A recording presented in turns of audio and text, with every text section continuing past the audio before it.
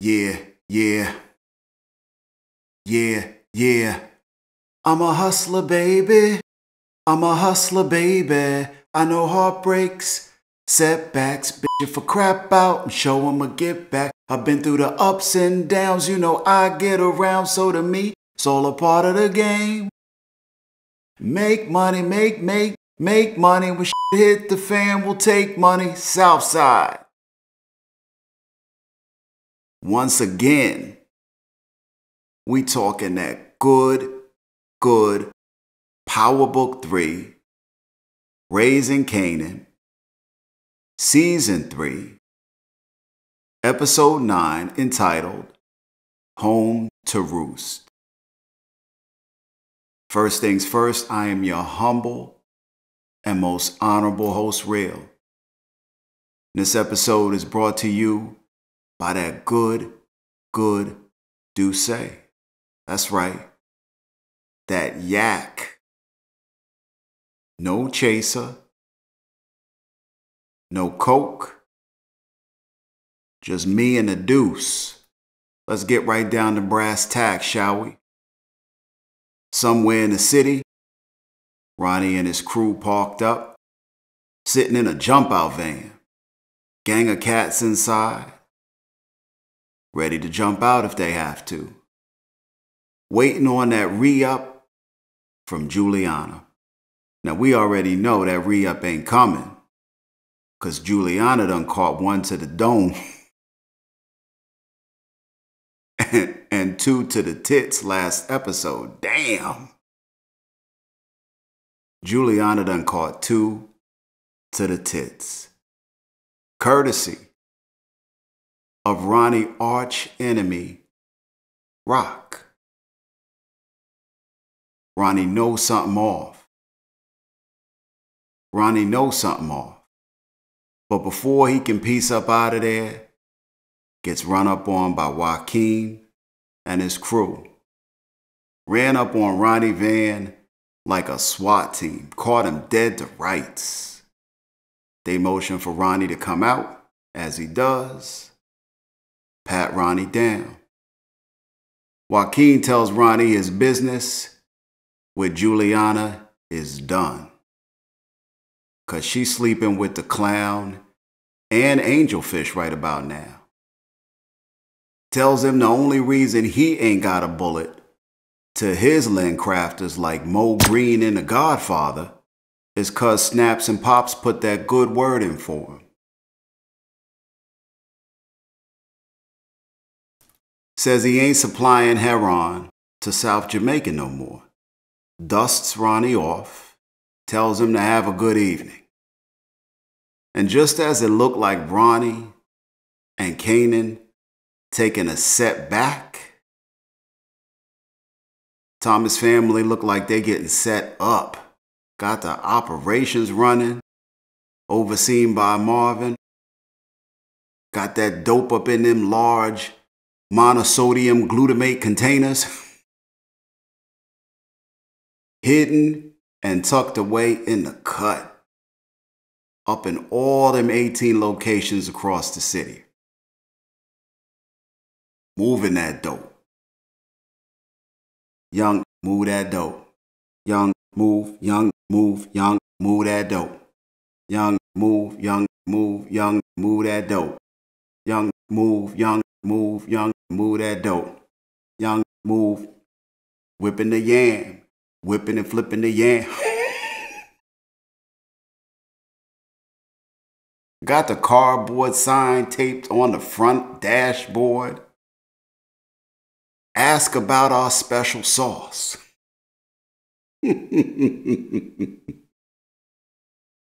That special sauce order come with a large dim sum and a small rice with all the dope packets you paid for up in that piece, like the prize in a Cracker Jack box.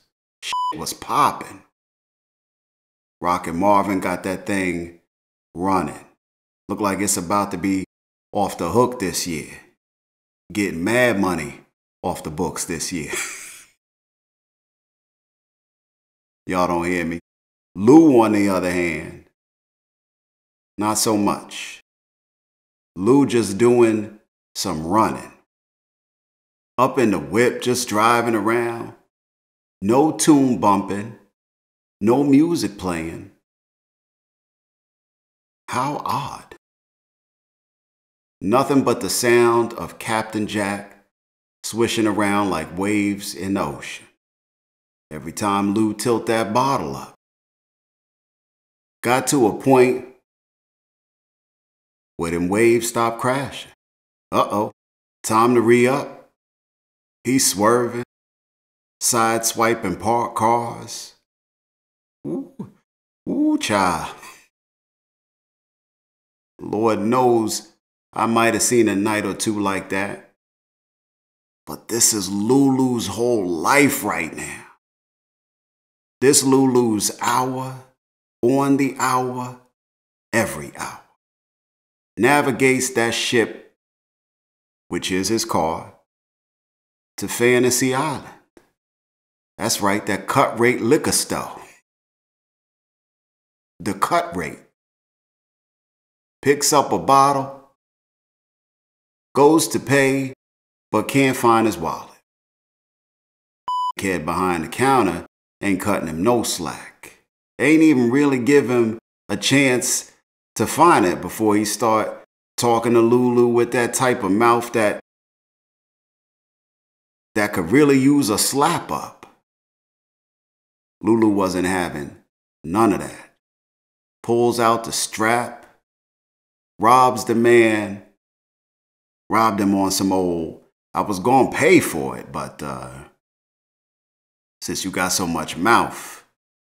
Little gunfire exchange as Lou attempts to peacefully make his way out the store. Fortunately, no one was hurt in the commotion, except the captain. Because you know when Lulu get to a safe spot, he putting a hurting on that bottle of Captain Jack he just copped. The Captain Jack will get you high tonight. Scurries off into the night like Benny Mardones. With his ill-gotten gains like the pirate he is. Ain't really messing with people too much these days. In fact, no one can seem to find Lulu for some time. Take Famous, for instance, who right now is looking like he might be catching a break with this whole music thing. Famous hits up Cafe Vu. Surely got an old friend in the back listening to his 411 song. His cat is in the music business, digging on the song. He like, yeah, it's raw, it's fresh. I thought they was back there talking about a sushi order or something. He like, I can take this cat, mold him like clay into something he never imagined. You know, talking that big dreams talk to Famous, that record execs talk. Famous like, bet. Let me find my partner Lou. He made the beat. Famous get on his hunt.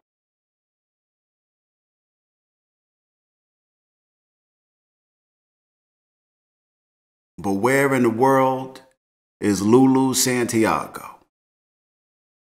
Famous heads down to Kanan crib. I guess Kanan beeper ain't good no more. His beeper number out of service or something. He got to head down to physically and personally talk to Kanan. It wasn't a good time though. They on their heels of taking that L. They got no product. They got no plug. And Ronnie, who answers the door when Famous knocks, got no patience. Ronnie like, go away. Famous sees Kanan in the background. He like, Kanan, need to talk to you. Where Lou at? This pleases Ronnie to no end.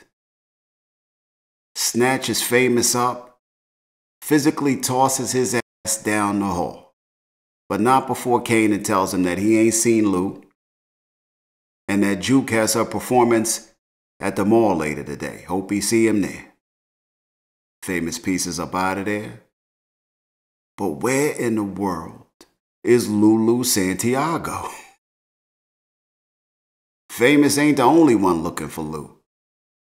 Marvin go to his apartment, pay the super to open up. Spot look worse than Famous joint. You know, it's hard to top that hole.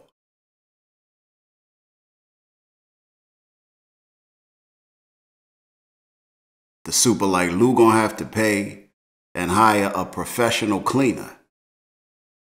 Really? To pick up some drawers, food containers, and some Jameson bottles? Oh, you reaching, bruh. At any rate, Lou ain't there. Marvin go up into his spots where the work is being worked up. Hit his workers up like, hear ye, hear ye. Let it be known and put the word out. I'm paying cash for anybody who can tell me where my brother is. One of the cats tell Marvin, last he heard, homie robbed a cut rate joint for that sip. Marvin know now he gotta get that handled ASAP, cause you know, shit is spiraling. I mean, if he about to have 5-0 looking for that ass. Where in the world is Lulu Santiago? Marvin take off, catches up with Gerald, who tells him he's about to wrap up his story on Juke. Says he talked to Juke, and her performance at the mall will be the last piece that he needs to put his whole story together. Marvin like, okay, well, I'll see you up at the mall then. But not before he dips in Gerald's snack bag. I done told Marvin about eating Gerald's food now. Like he walking alongside Hell's Highway eating a fiend's food. The fiend that Gerald is. Meanwhile, Ronnie head down to see Snaps and Pop. Up in the restaurant, they place a business. Ronnie rush up in there with a huff. This ain't an all Glocks down situation.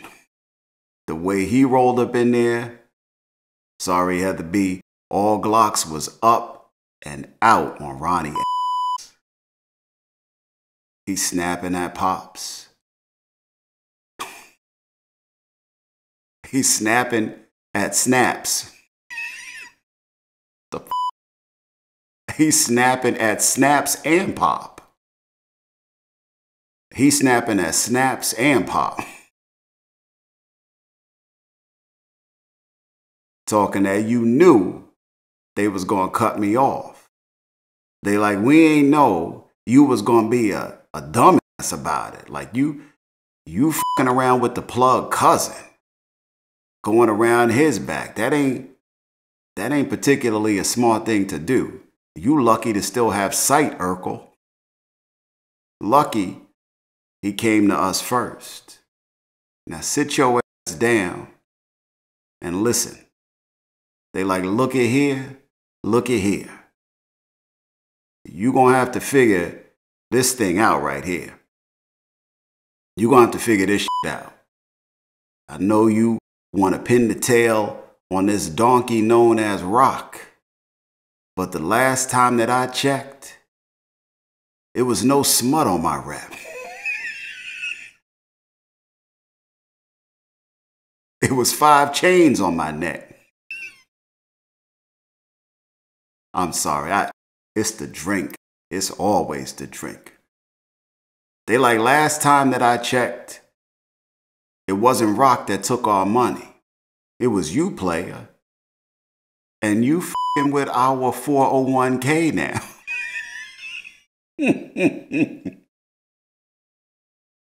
They like, you messing with the 401k now. So you're going to have to get to figuring this shit out quick. Because we still expecting some funky dividends up in this bitch. We still expecting some funky dividends at the expected payout time. Later, the cereal crew, Ronnie, Snaps, Crackle, Pop, all of them. They down at the restaurant, call Kanan to the spot. Let him know Rock f***ing up the money for them and that she need to be handled. Look like about to get realer than real in this divide between Kanan and Rock. And while these cats we find up in this here restaurant got woes on that side of things for Raquel Thomas couldn't be much different.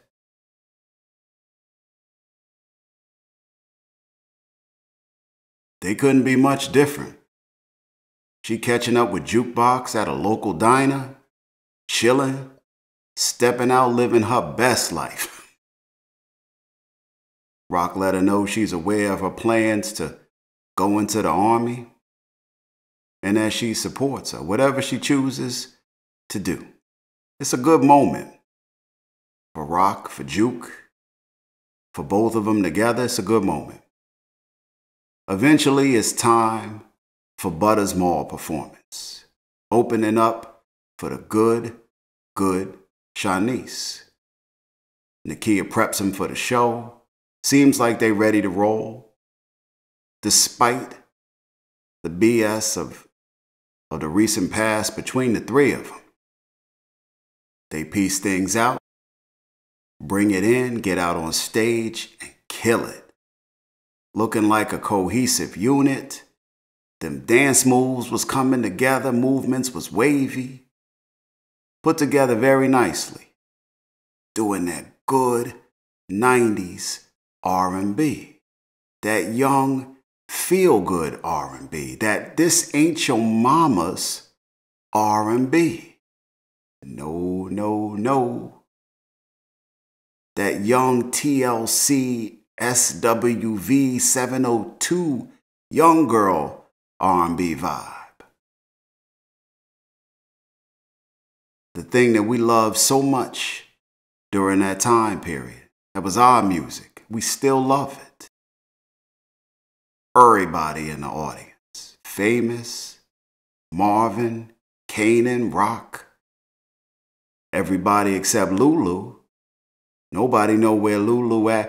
Where in the world is Lulu Santiago? And Gerald missing for some reason. After the show, Kanan catch up with the family. Well, a catch up of sorts. Rock like, hey man, we celebrating with the family in a few days. You should come through. Kanan like, nah, I can't really mess with y'all like that right now. Rock like, that little stunt you pulled with the social worker, that was cute. But don't get it twisted. I make a call, you getting sent up. Kanan like, I can make some calls too. They tell him Ronnie gonna get you messed up in the game. You know, he ain't too trustworthy. He did kill his own brother. Kanan like, I heard different. I heard it was you. Took him out so you could take over his work. I know that's you with all them damn dim sum specials all around the city. Oh, I peeped it. Rock like, Kanan, you're done. Little player, you done. Kanan like, the hell I am. He piece up out of there. Meanwhile, Butter backstage, waiting on label execs to come and offer the world. They know they killed it. Instead, they met by Agent Tanner and Detective Ogden. Aisha like, what label y'all from? They like, I don't know about a label, but we all about them cats with records. We thinking your friend might know one or two of them. Would love for JUKEBOX right here to come down to the station to talk about it a little further.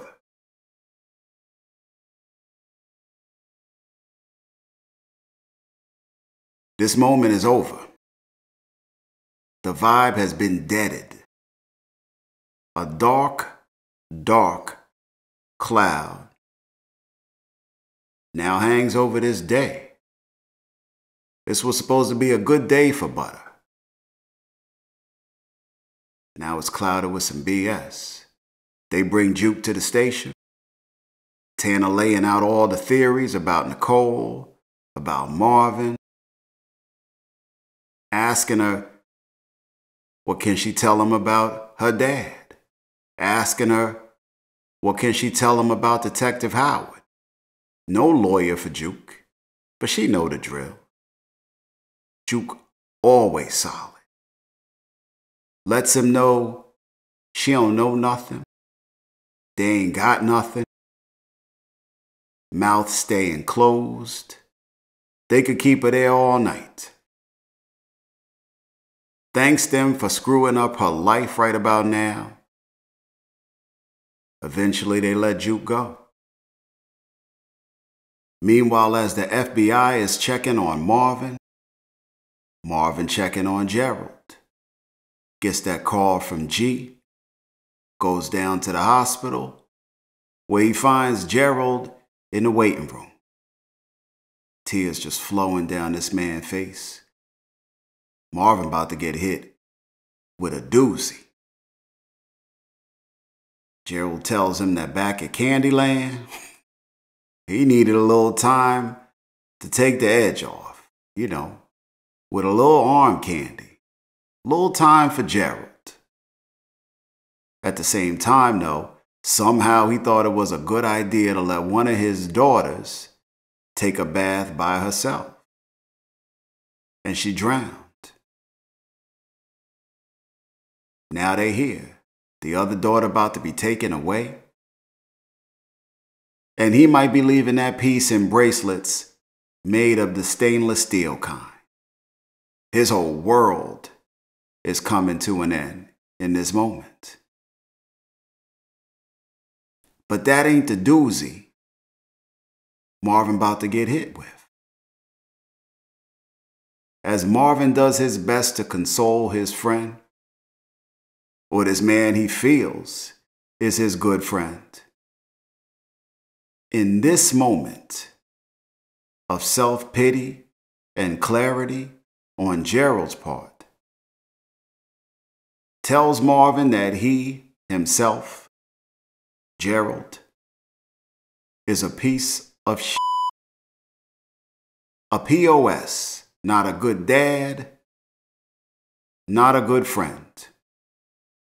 Starts to tell Marvin they had him dead to rights, and that they were going to put him with Big Jim up in Sing Sing if he ain't get something on Marvin. Now, Marvin ain't dumb, but he in a little bit of denial here. He like, I don't know what you saying, G. You ain't making no sense. But Marvin knew he was making sense. He had put so much into this relationship with Gerald. He didn't want to hear what was spilling out of Gerald's snitch ass mouth. Gerald like, let me be crystal clear. I've been working with the FBI. I was sent to infiltrate, as they've been looking into you and your family since we met at group. Just f***ing Marvin whole world up on so many subterranean levels. You know, sometimes it don't pay dividends to be friendly out this piece. Like on that intro to Kendrick Lamar's Damn, that first track, that blood track. Mess around out here and lose your life. That's why I only got 2 friends. And one of them is the captain. And a gang of associates who I treat quite different than my friends. I know Marvin wanted Gerald to be his friend, but he really was an associate. I mean, I don't know what kind of friendly stuff Gerald had done for Marvin. But you know, it is what it is. Marvin tells him that an actual piece of shit in the toilet was higher on a totem pole than Gerald's lowly worm. And even though he had nothing to give them on Marvin, spit on the concrete had more value than Gerald's life at this point. Marvin pieces up out of there. Somehow Gerald doesn't leave out of there in cuffs. That didn't mean he wasn't in confinement already. I mean, it's all too much. And we already know Gerald can't deal. FBI comes to Gerald's home to collect. A little bit later, finds Gerald at the end of his rope. Needle still in arm. Overdose, dead to the world. Same old G. But while they got a dead CI to deal with now, they did have a little something fall into their laps as it relates to Howard. So Captain Burke comes in to see Captain Baptiste after his little chat with Mr. Bingham. Captain tells Burke that the case on Howard is closed. All right, we deaded that. That's closed now. Burke tells the captain, that's why I'm here. I want y'all to keep it open. Baptiste takes up for Howard, calls him highly decorated. Captain Burke tells him, so am I. Burke tells him how Howard got Nicole Bingham's dad to file a complaint against his daughter. Mentioned Nicole's girlfriend was JUKEBOX, Laverne Thomas. The captain like, hold on a second. Oh, snap. Realizing Laverne is Marvin Thomas's daughter. He like, I don't know how we missed this. Calls up Tanner. The three of them get to putting things together.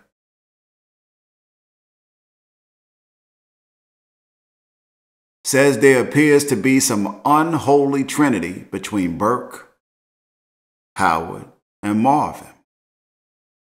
And that Shannon may have come up on it, which is why she may have been killed. Let's get Howard up in here. Howard comes back down to the station, comes up in the captain's office. Captain asks him if he went down to Mr. Bingham's and told him to file a complaint. He said, yeah, I went down there. Said he knew Burke had been fucking with Nicole and Laverne Thomas. Said when he talked to the man, it was worse than what he thought. That's when he told him to go down to IAD. Howard, a smooth mofo. Captain like, why didn't you go down to IAD? He like, cause I ain't no snitch. Says he doesn't have a relationship with Marvin Thomas after they ask him.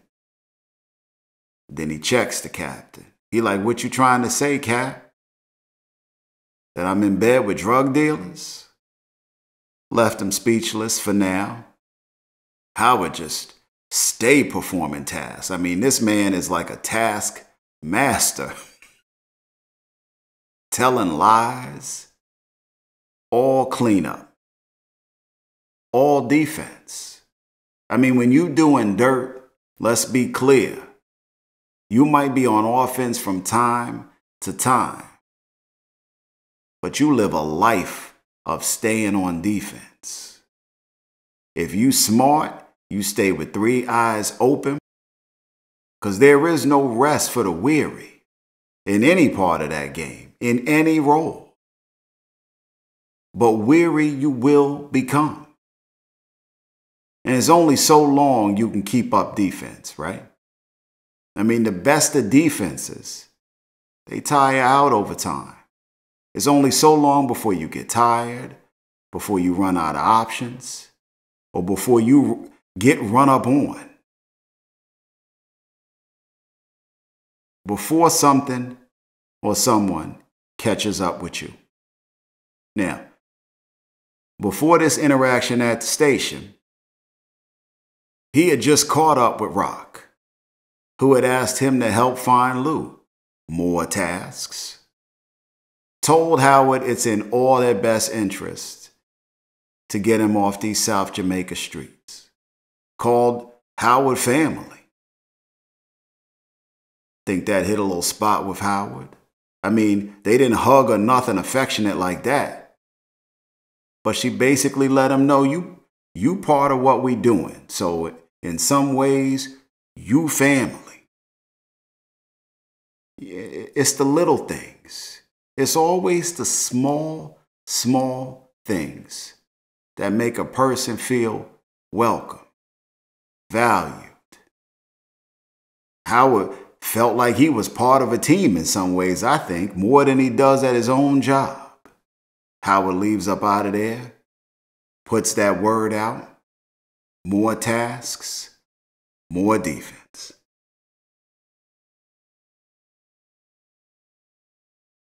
Couple of cops get a call from a bar owner about a man who been drinking up all the Captain Jack, eating up all the appetizers, and ain't paid a dime. Then had the nerve to take a nap at the bar.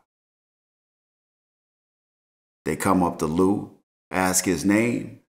When they find out it's the Lou Thomas they've been looking for, they like, oh yeah, got him.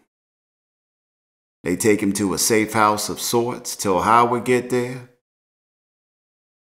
Lulu just running his mouth when Howard get there too, recalling stuff, saying all the wrong shit. Howard pull that strap out. Lulu like, player, please do me the favor. A cooler head on Howard prevails. Rock eventually gets there. Howard telling her Lou can't keep his mouth shut. She tell him he can't open his for some reason. And why ain't he tell her that Marvin was on that task force watch list? Like y'all got a snitch and all of that. Lied to my face. Had to hear it from Marvin. He the damn target. And you up in here telling us we good. He like, yeah, we gonna need to pin this on somebody. And while they got Marvin in the crosshairs, he the one. If that happened, nobody else got to go down. Not me, not you, not Kanan. All that family shit Rock was just talking a little while ago just went out the damn window. She like, I don't rat on my people. Howard like, okay, he peace up out of there. Eventually Marvin walk in. They like, look at this damn fool. They put Lulu in the car, riding in that joint on some mafia type shit. Rock in the front driving. Lulu in the back handcuffed. Marvin next to him in the back seat. Lulu know what's next. He just yapping, begging for that forgiveness, pleading his case, asking not to be left out there alone. You've seen it before. If they liked you, you might get that last drink, you know, to help with the transition. Help with that acceptance of things to come. A final salute. A final cheers to you. But it ain't cheers, is it? There's no Norm. There's no Ted dancing up in that piece. Just you and your eventual and present reality. Marvin hit Lou with it. Presented that drink. The one Lou knew he wanted. The one he knew he needed. The one he figured might be his last. No words were said by Rock. No words were said by Marvin. If there was a time when that sip was needed by Lou, it was right the f now. Lou accepted that drink. Lou accepted that fate. His only ask, not to be left out that piece alone after it was all over. But no matter where it happened, no matter where he was left, if it was to be, in the end he would be alone.